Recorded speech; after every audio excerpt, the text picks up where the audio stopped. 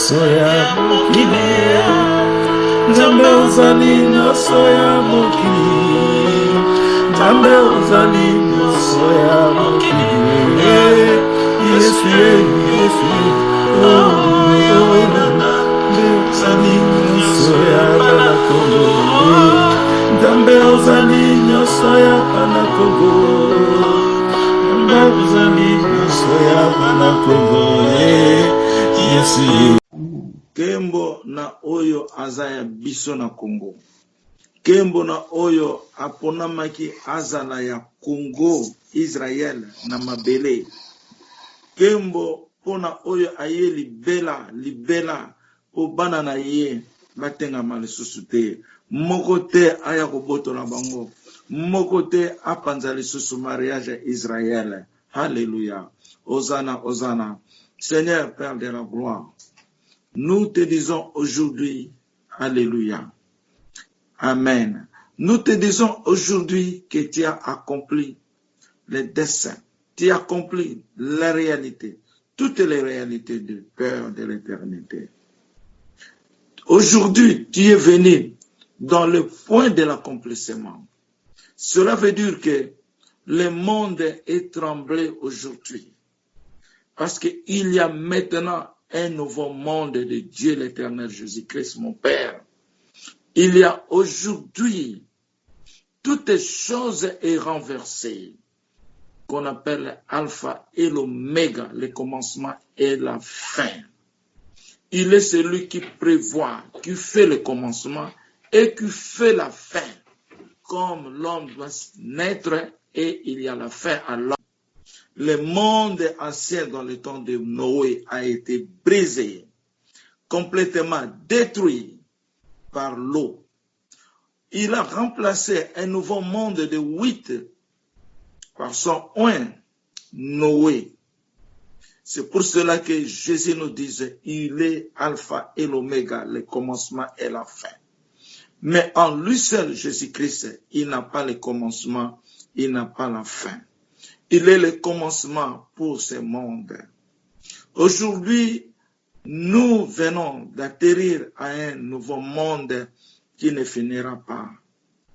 Un monde spirituel, matériel, physique, en os et en chair. Le Père en esprit est venu sur la terre vivre avec ses enfants. Vivre avec ceux qu'il a tant aimés. Au nom de Jésus, à cause de Jésus-Christ de Nazareth.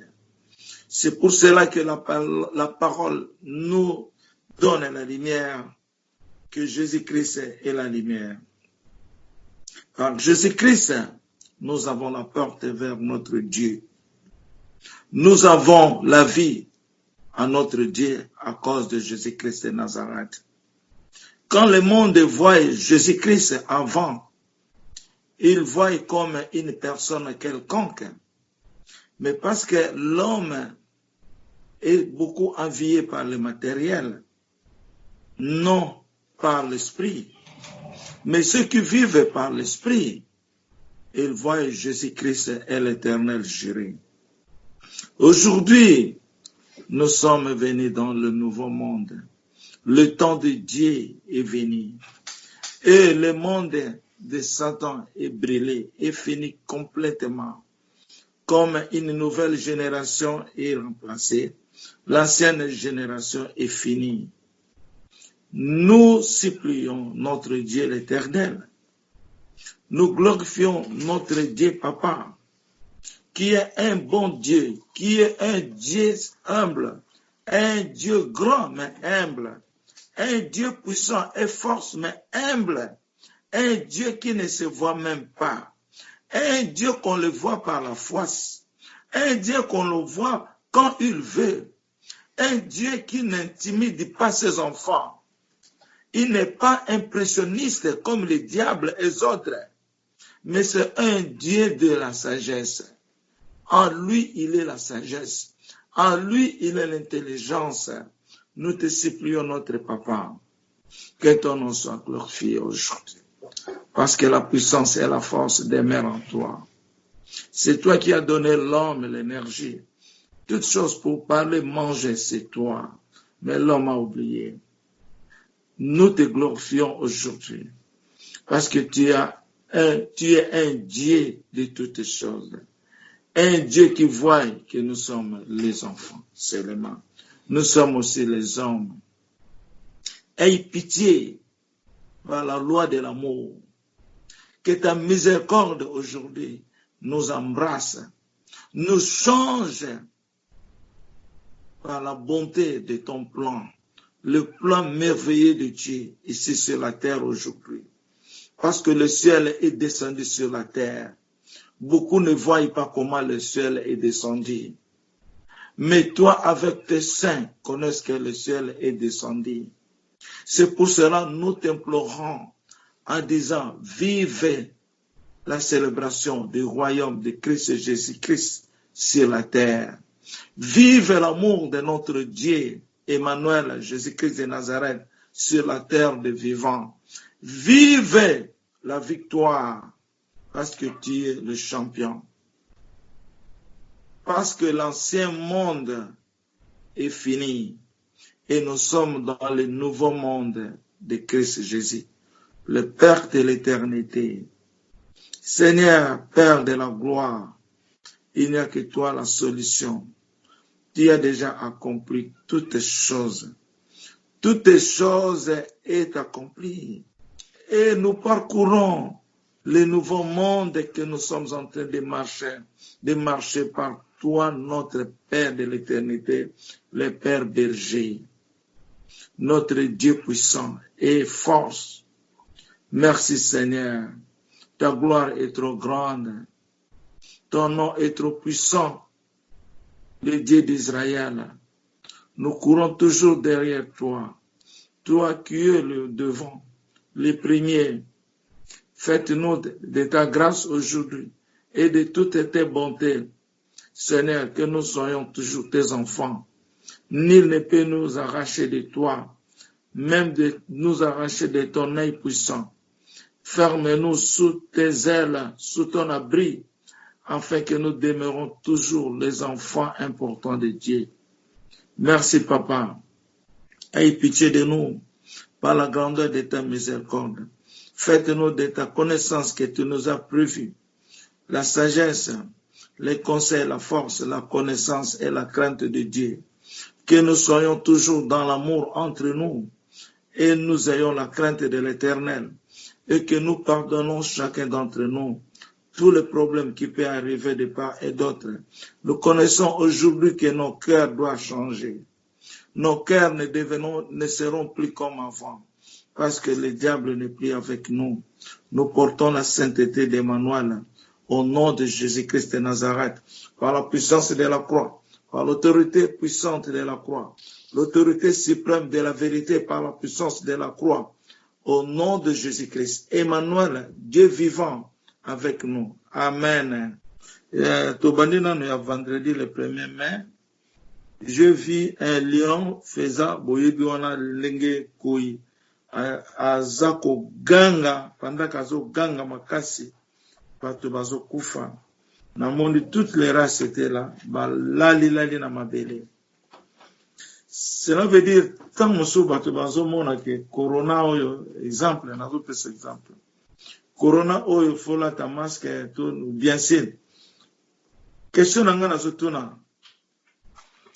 Est-ce que bato bazo mona ndenge mupepe ngo ezokota na bato po bato bazo malade bakufa? Ça c'est ma question. Est-ce que donc kezala ba maladie mususu tango yele yo sika okoki ko détecter ngo ke batali o makila bazo mona yo ke cancer eza pembeni na ezoya to prévention nini. Mais maladie oyo oyebi ndenge ekotela yo te. Ezokotela na bato basala ba prévention. Bato babelaka te, bato baza bonne santé. Ezoyelela bango. Yango na question nanga. Est-ce que bato bazo yeba ndenge yango ezokotela? Ata bato balati ba masque. Est-ce que bato balati ba masque bazo bela te, bazo kufa te? Na lobi te ke bola ta ba masque te, bola nanga bien. Mais nazoloba le mystère de Dieu par sa colère. Donc, ntango lion azo ganga, bato bazo kufa. Donc, les anges de mort, à ça compter bato ba kufa. À ça compter bato ba kufa. Ozala na position nini, à ça compter ki yo. Oyo ba kote na mutambo, à ça compter ki. Et on a placé une maladie moko mystère. Et ça li nini que batu balati ba masque ba nombre ezako accumuler, ezo continuer. Ba kangaki ba magasin makambo belé. Les États-Unis on a eu mieux 21 États bandimi. Les autres bazongi babandi kozonga kofunga na ba magasin misala ezongi me ba porter ba masque na ba gants. Est-ce que bazo salisa to bazo salisa te? C'est ma question. Est-ce que bazo ko yeba maladie ngo ndenge zo kota na bato pour te protéger yango? C'est là où il y a un problème. Est-ce que bazo ko linga ko tuna nzambe? Ça c'est le grand. Est-ce que bazo yeba ke photo zonga na nzambe? Ça c'est le grand.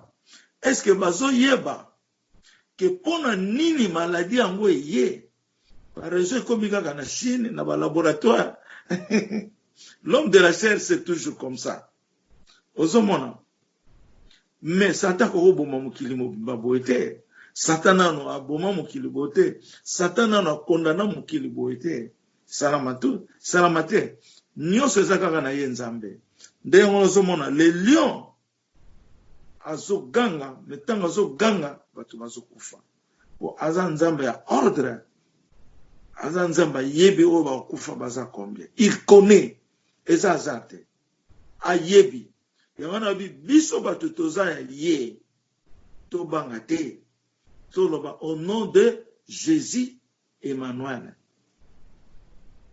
au nom de Jésus-Christ Emmanuel to banga te Manti maza témoin. Jésus bimelien. Aïbi se prier. Avec la prière. Yoza muta maladie wanate. Et quand il connaît ka. Et ça le moi crèche. Dès que c'est le monde na rantimba. Crèche kaka. Ozomona. Pona mona munene ya nzambe. Poso ke leka kinengo na ta ko témoigner ngo ndenge nini. Nzamba yebiki wana za mwana na ye. Esali kaka crèche. Lelo papa na biso. Jean-Louis. A comprendre moi sena yazaki na nzelane. Ye paza muto nzambe kaka. Dieu nous appelle de cette façon. Na ndenge ya lingeli. Ya mwana photo yeba. Eloko nyonso. Na vie na biso. Ezaka pa la permission ya nzambe. Lokola tozaka na permission ya nzambe. Esengeli topesaka nyonso na nzambe na moma oyo yangona na telemeli yango makasi po tango asuka seto komi nzamba ko ravager bato ndanga saleke na moma ya Israël oyo ezali temps ya Israël o ba yokelaki Moïse te bango tout qui frappé à l'exception de 2 personnes avec ceux qui ont été nés sur le chemin oyo ba botamaki na nzela. Mais on va wuta ki kuna. Bango tout bazala qui frappé. Chaque jour, il y avait 38 morts. 38 000 morts. Avec 600 000 personnes. Pour la classe natangaki. On a nazoloba. Il y a une révélation te. Il y a classe natangaki. Bazala ki 1 200 000. Na bateau ba wuti. Na Égypte. Na oyo ba bote mena nzela. Bango nyoso. 1 200 000. Nzamba ngaki akobisa chiffre ya 12. Po nzamba sala makamu na mathématique na ye. Chiffre ya 12 égale le 12 tribus de l'Israël. Po nzamba sala likamu na ye akokende na alliance ou bien na chiffre ya 12. Ou bien na 4 ndenge alingeli na mathématique. Nzamba zelaki chiffre 12. 1,200,000. 600,000 balalaki na se ya mabele. Matanga chaque jour, comme on voit aujourd'hui. Pona nini ba yokaki te. Mais bazalaki na kati ya le 12. Bazalaki na kati ya le 12. Yango na sepeli tango papa baka na zo balikamu ya christicien. Christicien nzamba lobia. Ba Congolais baza na kanda mingi. Ça c'est le Congolais. Congolais, orgueil, jalousie et méchanceté. Congolais, jalousie, orgueil et méchanceté. Congolais. Yango na nzamba lobi. Ba Congolais baza na kanda mingi. Ba koki kokokana. Atana moko te oyazali christicien. Donc, ce que bâtir christicien moko na Congolais moko kokokana ezate. C'est très grave. Hein? Dans le bail qu'on a dans la vidéo, peut-être 3 ans passés. Hein? Peut-être 3 ans passés. Hein? Donc, pour nous comme chrétien, il faut au compte dans nos mozindo, il y a les 4 puissances spirituelles. Na moko na kamu papa bakana ninga ko toucher point wana. Christicien azali oyo babengaka ba fidèle. Discipline, fidélité, transparence. Faut vraiment omis tumba nzoto na yo ezika molimo santo azwa nzoto na yo. Mais biloko oyo na tangi na bandeko na biso yango nde eza majere. Na kati ya motema na mona katina kati ya motema ya mutu. Na kumona yo tina kati ya motema na yo. Ata soko bomba mindenge nini. Na makambu yo zoloba. Ese na scanner motema na yo. Pour bien parler. Kaka na makambu yo zoloba. Ese lokolo uto pesa masumba. Makila. E ba scanner ngo batana ba yebi ndenge zali. Ba yebi microbe. Na maloba boloba ka. Naza ko scanner bino. Ata soko bomba mi. Na ko yeba yo. Leta musupe na ngo yebisa na ngayo te. Ndo na zo seka na ngayo.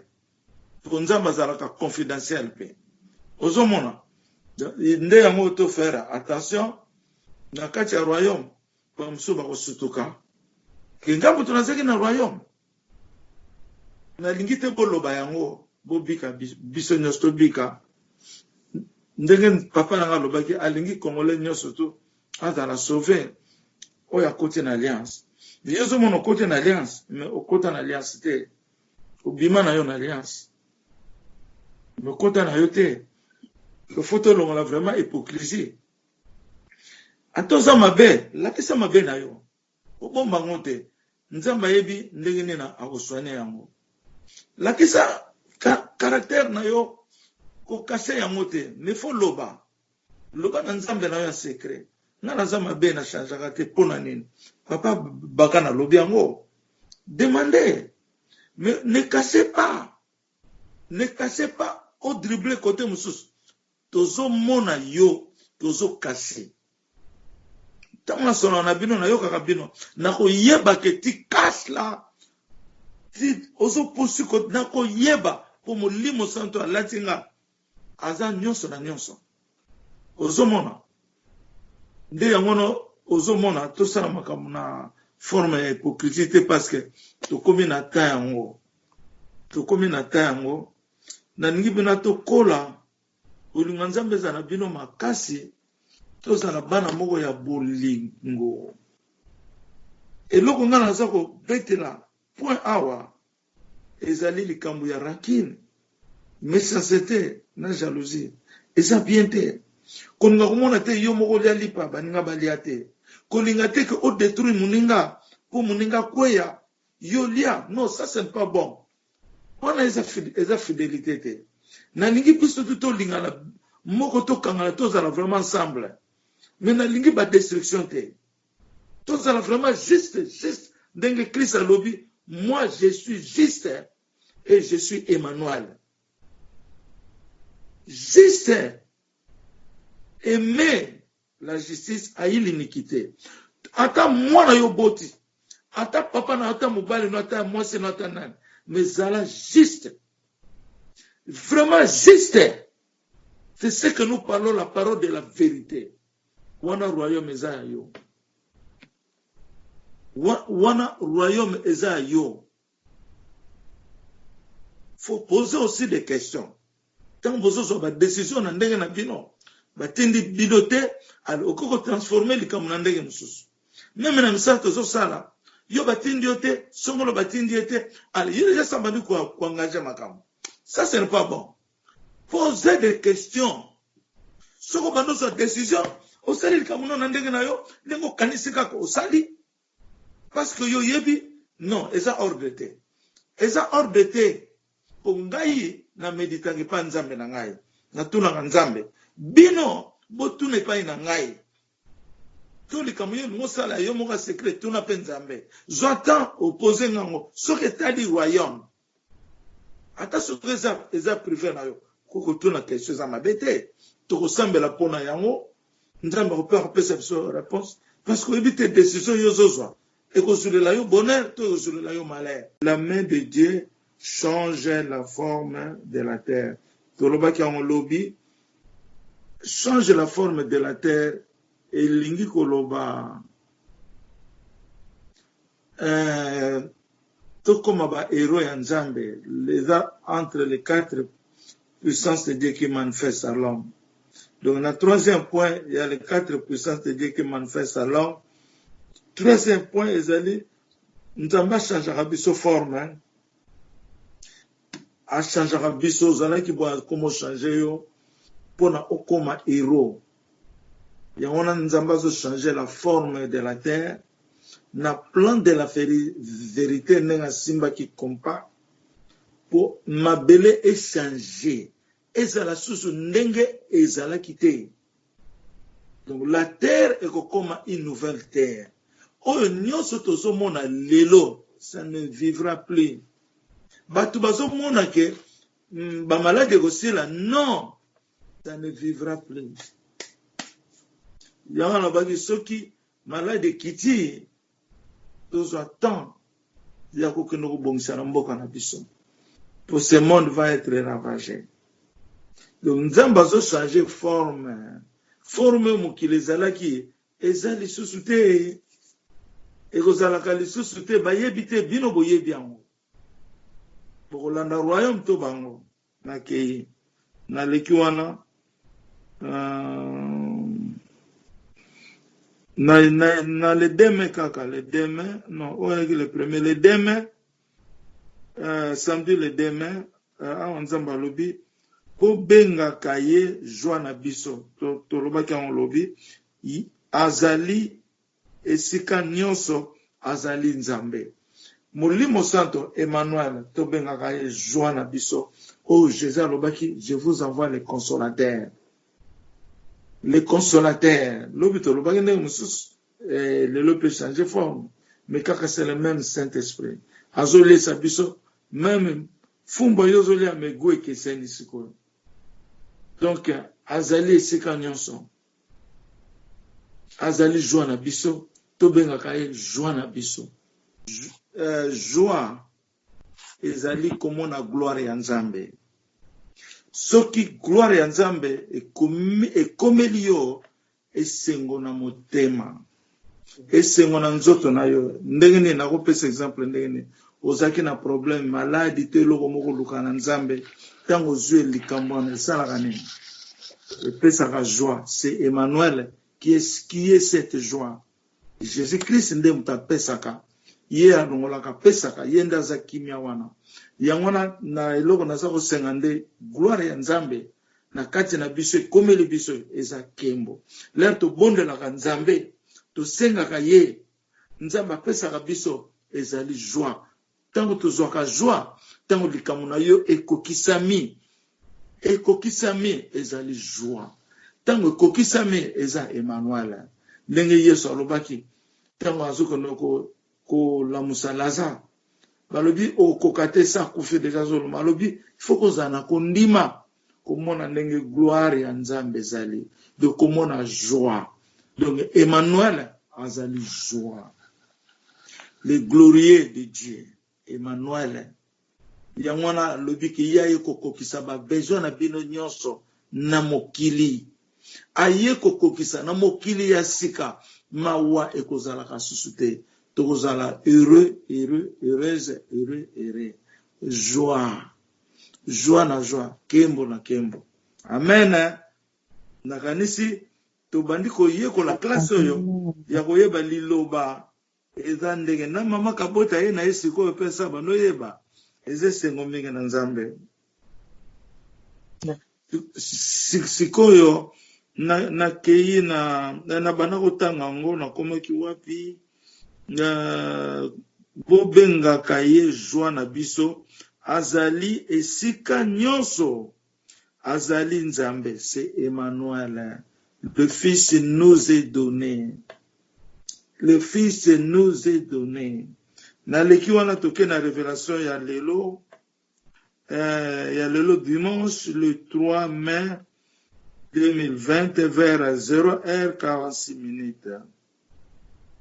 Wana ezanga mwana zoloba. Par Emmanuel, j'ai dit, le bâton de commandement est avec mes mains pour que je puisse accomplir la mission que mon Père, le Dieu Tout-Puissant, m'a rendu grâce. Ndena pamboli Nzambe, je glorifie mon Père de l'éternité, sa majesté, au nom du roi des rois Jésus-Christ de Nazareth. Natie verset na Bible, eza na Genèse 49 verset 10. Le sceptre, au nom de Jésus, le sceptre ne s'éloignera point de Juda, ni les bâtons souverains d'entre ses pieds, jusqu'à ce que vienne le Shiloh et que le peuple lui obéisse. Ozomona, verset oyo, ebandi na ba David na ba Moïse ndenge Nzambe alakisaki nga présence ya Moïse asimbi bato na kati ya makolo na ye, na kati ya makolo na ye mibale na mona personnage physique matériel boy et spirituel akangi yango makasi bazoninga babeta ye babotola yango. Mais bagarde fou badala ko protéger mais ye azui bato afandi atsango na kati ya makolo na ye kuna zolo bana bobo mona bino menzeto boboto la mote. C'est ça le sceptre, le pouvoir de l'Israël. Oh Yesu ayere la gibiso.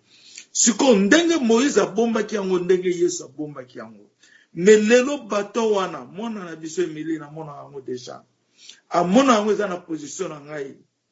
Lelo na lobby ngai moko na lobby par Emmanuel je dis le bâton de commandement est avec mes mains pour que je puisse accomplir la mission que mon Père le Dieu le Tout-Puissant m'a rendu grâce. Donc bâton wana ese komi na maboko nanga ndenge Bible zoloba bato wana egozelaka titango Shilo akoya. Shilo c'est Emmanuel, le consolateur. Titango Shilo akoya. En lui, c'est la vie qui est Jésus-Christ de Nazareth. Yangona ese kokisa mi bande konangai. Etika likaka Nzambe na biso atambusa biso sikoyo po terre promise emonana ke eza Israël eza Congo.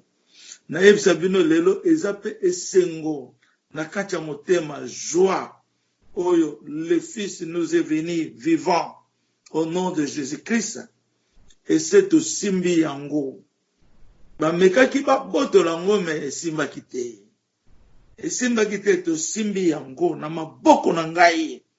Shilo à moi Jésus-Christ de Nazareth Emmanuel et c'est le bateau de commandement et l'obami bien le bateau de commandement. Le bateau de commandement. Oh, Nzamba lobana ngai, ceux qui na lobi arraché. Ceux qui na lobi frappé. Yango yo, esi ekokisa mi. Kembo na Yesu. Toko sambe la pona yango. Kembo na Yesu, Seigneur Père de la gloire. Nous t'implorons, yes, oui, amen, parce que tu es bon. Parce que tu es capable de toutes choses que tu veux. Tu fais ce que tu veux. Tu acceptes ce que tu veux. Tu ordonnes ce que tu veux. Tu fais arriver à la destination à ce que tu veux. Parce que tu es ce que tu veux. Parce que tu es bon. Un Dieu capable par ses capacités. Un Dieu qui agisse de la façon de Dieu, pas de la façon de l'homme. Mais Dieu est bon. Nous le recevons. Ce bâton éternellement. Dans l'amour de l'éternel Jésus-Christ, notre Dieu puissant. Vive le royaume de Jésus sur la terre. Vive l'amour de Jésus sur la terre. Vive la grandeur de Jésus.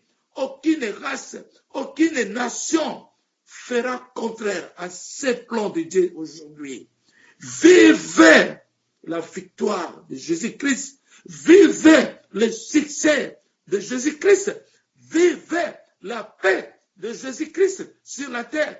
Vivez la joie de Jésus-Christ sur la terre de vivant par Emmanuel, l'autorité suprême de la terre, au nom de Jésus-Christ de Nazareth. Kembo na Yesu, Kembo na Yesu, Kembo na royaume de David, Kembo na Emmanuel Nzambe na biso, Kembo na Kembo ozali Yahweh. Ozali Yahweh Jireh, ozali Nzambe, okotikalaka Nzambe, oye kotala bana no na bolingo, na mariage unique ya mokili mobimba, oyo bana na weba omona na ba Israelite, ba ne Congo, na mabele oyo, Kembo na Yesu, Kembo na Yahweh, Kembo na Emmanuel, Kembo na Nzambe, Kembo na oyo azali je suis. Kembo na oyo azali celui qui est. Kembo na kati ya ndako na epai bana na eba royaume. Bafandi na bana na ye mususu esa pona banda kala. Nano toyebi te. Kembo na yo papa na biso. Kembo emonisama. Kembo etambola na babalabala. Kembo emonisama sika nyoso. Oza le suprême juré ya mabele. Israël, marche-toi. Israël, délivre-toi. Israël, sois libéré au nom de Jésus-Christ, au nom puissant de Jésus-Christ. Que la paix, l'amour de notre Dieu puissant, le plus haut des cieux, manifeste, Seigneur. Na kombo na Yesu. Amen. Naza la question na poser, papa. Po nani na ya pesa ki ya prophétie, na mona ki ainsi déclare l'Éternel. L'œil va voir et le corps va vivre. Tant on atanga ki yango, na linga kina ye ba mwa muke suka linga koloba nini nesika wana. Nzambe atie poignard na ye na mabele, hein? Atie pe na ye na mabele, piquant na mabele, alobi l'œil va voir et la chair va vivre. Lisu ekomona. Donc tokomona yango. Par exemple, ils ont la cinéma. Hein? Oui, papa. Mais saison mon amour vivre en côté. Amen. Ozo vivre encore na maman na mwa mafula kumbondo ndai wa Congo. Oui. Moi mona ke suki na tema. Tout le cinéma. Tout la télévision. Au moyen toucher bato yango ezate. Nous autres na lobi la chair va vivre.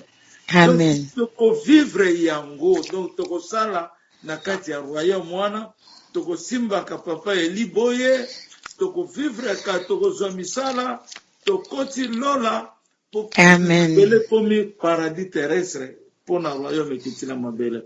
Ezali lei, bon, otuni question na pona kwansenye pe bato na mena sepele. Nzamba zolo balangawa, otuni yango pona kwansenye bato. Amen. Donc, eza question moko, eza sagesse ya Nzambe. Oyo bandimaka te, bakomona yango. Amen. Oyo bandimaka yango, bakovivre yango. Alléluia. Kovivre, eza clair kaka te, mama. Oui, papa. Musi nazo vivre nango. Est-ce que ce qu'on peut na ndenge Nzamba outo lobake, nous ne sommes pas des robots. mais nous sommes des actifs de l'Éternel. D'ailleurs, on a la place pour vivre encore. Que nous sommes les actifs de l'Éternel. Toza ba roboté. Bino boza ba roboté pour ça de la ramamindere na bamboko yo. Bino boza ba roi ba reine ya mabele, ba prince ba princesse ya mabele. Donc bino bozali oyo nzambe aye ko bala. Est-ce que nzambe tanga bali mwasine ya ozala pauvre na bana na ye? Non. Non non non. Ba ko benga bino ba prince. Ma princesse, pour vous en akati ya royaume. Même qu'il est pour vivre en go. Ndenge tout le monde a dit, oh, les Américains, voilà, c'est rien, c'est rien. Pana nzambe baza top, baza likolo ya nyonso. Mais toko vivre en go na mabele awa, toko rataka ngo te. Senga kaka ke na kufa te, na mona na vivre en go. Miso ko mona ndenge Kongo ko tombwana. Pe bato bako vivre na kati ya Congo. Congo ko vivre mukili mobimba. Ba building oyo kozala koleka ba nuage. Ba gratte-ciel koleka nuage. E kozala belé. Kozala na kati ya building bozo comprendre te kizunguzungu sali yo. Ozolo ba technologie ya boye. O eza plan de Dieu. Na kati ya motema na e ko manifester. Alléluia. Yango wana nde mama. Merci papa Nangai. Bien. Merci mingi papa.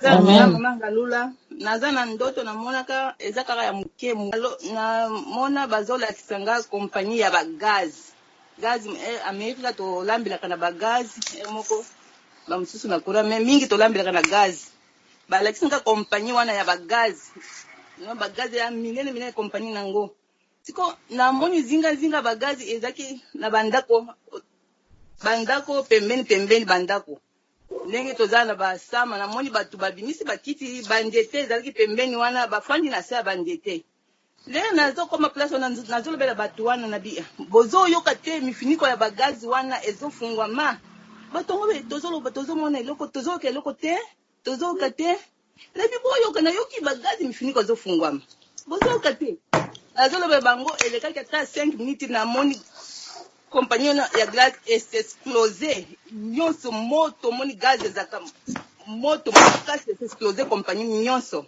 siko na kompagnie esimbi biso nyonso tozaki pembeni na bato azaki wana na bandako mosusu pembeni yango esimbi bandako wana na biso na mitali naza na kati ya moto ya gaz wana ngape esimbaki ngai siko naza kati ya moto nazolela kaka Seigneur Jésus kotika ngate zala na ngai Seigneur Jésus kotika ngate nazala na ngai kozala na ngai nazoleka Seigneur Jésus kotika ngate zala na ngai Seigneur Jésus kotika ngate zala na ngai nazobima bongo nazomona bazobimisa na moto wana na bimi na moto wana nazika te bilamba ezika te na bimi na moto wana ezaki ka ndoto wana ezaki muke na ibite so nzambe alingi aloba nini na ibite. Alléluia. Amen. Amen. Amen. Merci maman Nabiso. Amen. Merci beaucoup. Ezali omonita tozoloba nzambe azo changer forme ya mabele. Amen. Tant azo changer forme ya mabele loboko na ye e pointe bo na mabele mobimba. Nzingi mabele mobimba. Amen. Cela veut dire nzambe azo sans la plan eza ye. Oyo ba plan ya salité ezo la détruire. Alors quand ezo la détruire eza dégâts. Yango wana bato mingi bakokufa nde yango no moni kanda nzambe za na mabele lio azoko ganga bato bazokufa. Cela veut dire ko ganga wana ezo détruire pe na ba usine ya salité. Surtout ba usine o eza na kati ya bosatana. Amen. Atangisa satana kati. Ba société wana nyonso ekokufa ekopanzana. Siko oyo baza ya nzambe bakubika malheur wana kozwa bango te. Po mama Ngalula alobi bien que moto wana ezwaki ye gaz wana ezwaki ye na bandi kosenga nzambe etushe ye na bomoi na ye te. Nzambe a sauvegarde ye. Amen. Amen. ezali message moko matata. Pona nini azosenga pa ya Nzambe, Nzambe abikisi parce que ye aza na kati ya Nzambe. Yango wana tozoloba soki yo ozalaki hypocrite, ozalaki méchant, l'air wana eza fin du monde na yo. Po tokóma na fin du temps, le bato nyonso bakokufa te, eza fin du temps moko. Tango fin du temps ya Noé esalamaki, bato nyonso mokili bakufaki te, 8 personnes baki sauvé. 8 personnes bakufaki te, c'était la fin du temps. Ezalaki fin du monde. Mais 8 personnes babikaki. Bato babikaki, o bazalaki na soumission ya parole. Tango likamango ye, okolelela kaka Nzambe, ko kanga Nzambe lera yaka, fo banga to so ozandeke nini, oko tremble. Yango na tozoloba likambo ya royaume lelo yo. Faut te faire attention. Soki yo ozoyoka te, ozoyoka te, ozosala kaka matoi mangongi, okosenga Jésus Christ akoyoka yo te. Le likambo yango ekomi Yesu akoyoka yo te. Po oyokelaki ye te, ye akoyoka yo te. Mama kalonga selene abengi Yesu te. Seigneur Jésus-Christ, Seigneur Jésus-Christ, Seigneur Jésus-Christ. Kotika ngate, ya. Kotika ngai. Zala na ngai. Kotika ngai te. Yesu pe atiki te po azalaka na ye déjà. Yangona beaucoup vont être péris. Mingi bako kufa na bambiskadi wana. Leri yango yo tozomona bilembo ya Nzambe na mabele. Kanda wana nano ye makasi te. Nana yebisaki bino corona oyo ezaka ke bandeli. Mais le monde va pleurer. Quand on a lobaki makambo yo bambula na bambula, bato bamona ki kaka aventure. Il fait que parler. Il fait mais lelo, quel prophète qui a parlé de ce qui vient aujourd'hui? Nana loba yango. Nani aloba yango soki na Bible ye moko te.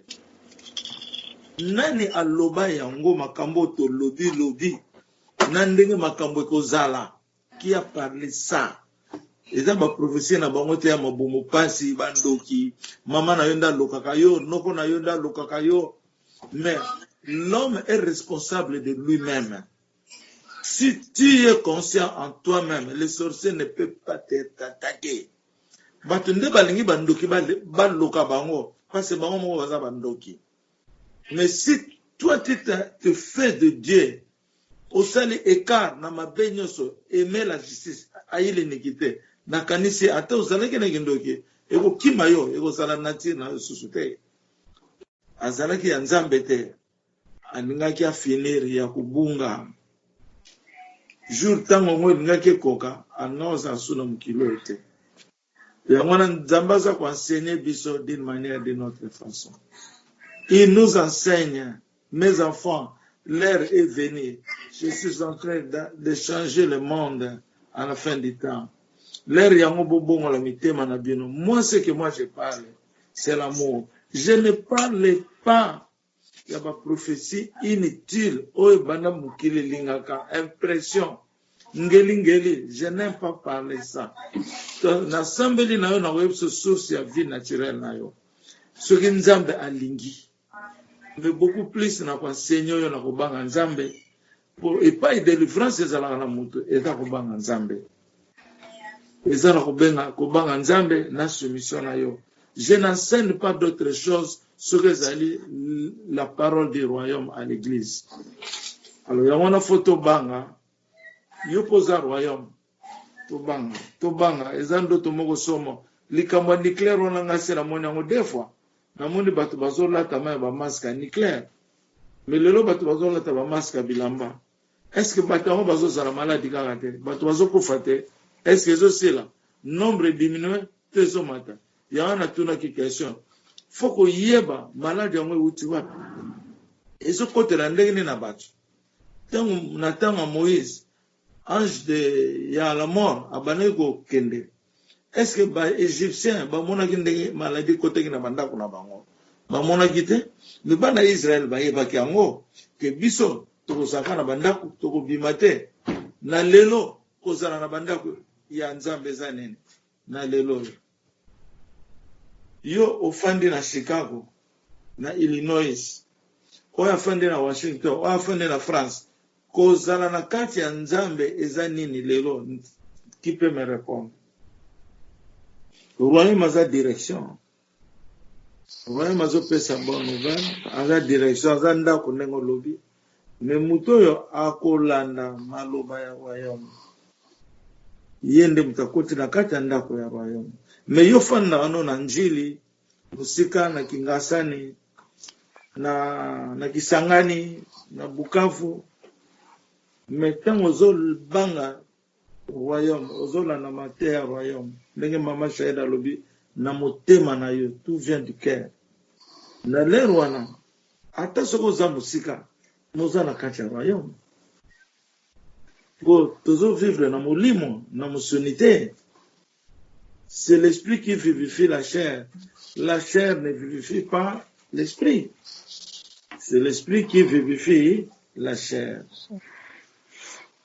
Ainsi te comprendre ndoto ya mama na biso.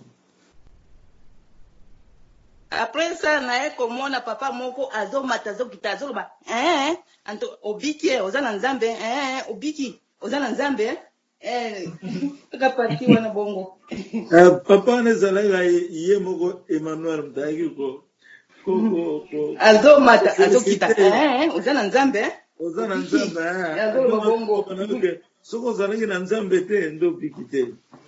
Après ça, papa, na komona nazala kati ya jeep, nazala kati ya jeep nazokende, namoni moto moko ezolandanga na sima. Moto nazolandanga na sima esi memi batu mibale na sima. Moto nazelo nakende komibetaka na jeep wana komsa nga bafuta ngai. Batongo bazala sima sibi te kobeta te tikaka tokende nde tozokende. Moto na ye na vitesse emibeti na jeep wana nazotambwisa emibeti. Esala accident yango moko bazoki bakwei na se. Après police a hier et ça va investigation na ye ti police a ye comme ça to ngende ko samba na court police a fait koza appareil moko ezaka na America babengaka lie detector avec siko mita ya lie detector zela na mekabino nani aza na faute aye na appareil wana ameki na liboko na ngai abina nani abeti moninga ameki appareil wana eleli 3 fois bien eleli bongo senoli 3 fois ameki bao ya moto eleli 2 fois alors bite yo moto oza na faute yo moko nde komibeta na jeep ya mama oyo nde na batongo bazala sima na balibi to lobela kiye ko kende komibeta te ya zo kende na komibeta kaka na jeep wana la detecte wana ekata ki problème ngana za na faute te bango moko de bazaki na faute. Amen. Emmanuel aye pour na jugement péché na justice. Nzamba salaki yo jugement quoi. Au passé qui barrière ya jugement. Amen papa. Na makambo mingi bakosela yo quoi na kati ya vina yo. Bafunda yo pe na Nzambe. Amen. Basengele na yo mabe na kati ya vina yo. Amen papa. Nde yango na Nzambe apesi exemple ya bato bazaki na moto wana. Bato wana nde balandaka vi na yo mobimba. Eza Satan. Balandaka vi na yo mobimba. Me Nzambe asukisi bango. Me bango balela bamonaka yo za mutu mabe bafunda yo ndenge Nzambe askane yo. Amen papa. Yango ningo lobake David pe asengaki na Nzambe askane ye. Totanga yango na ba verset za wana na Bible. Alobaki na Nzambe eskane ngai. Na kote mususu alobi sonde motema na ngai. Sonde yango na natuna kabino. Tango zo sambela loba na Nzambe eske natambola malamu. Je parle ça tout le temps. Yo zo mona ko tambola malamu me Nzambe zo mona tambola bien te. Nazo yebisa bino solo. Yo zo mona ko za bien, moza mabe. Yango na foto na Nzambe ndenge David azako tuna Nzambe sonde ngai oyo nzambe azobenga mon cœur pas selon azaki selon te azaki motema na ye ponga nzambe sa apesanga nani prophétie wana oyo azalaki le cœur de Dieu azoloba na nzambe asonde ye yo moto oza motema nzambe asonde yo mpona nini mpo alingaki nzambe na ye mingi ozomona eza koloba mpa nzambe sonde ngai soki naza mabe lakisanga mabe na nga mpona se me bino bato ya lelo bolingi bakorige bino te vous ne voulez pas yango na nazoba boza barankine yango nazoloba ke boza komoyeba ndenge boza te mutu faut se humilier avec humilité pour bien parler